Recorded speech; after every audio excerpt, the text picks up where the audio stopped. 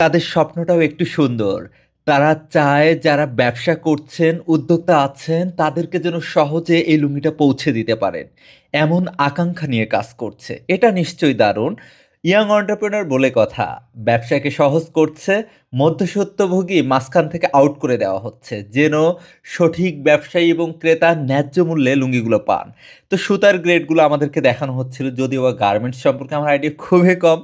তারপর সুজন ভাই আমাকে সুন্দর করে বুঝিয়ে দিচ্ছেন যে, "ভাইয়া কোন রঙের কোন সুতার লাগবে দেখেন, চুজ করেন সেটাই আপনাকে দিতে পারবো।" ঠিক যা চাইবেন তাই ওনারা বানিয়ে দেবেন। না, সবকিছু না আবার লুঙ্গি, গামছা, শাড়ি এগুলো হচ্ছে মূলত তাদের পণ্য এবং লুঙ্গি হচ্ছে তাদের মূল প্রোডাক্ট।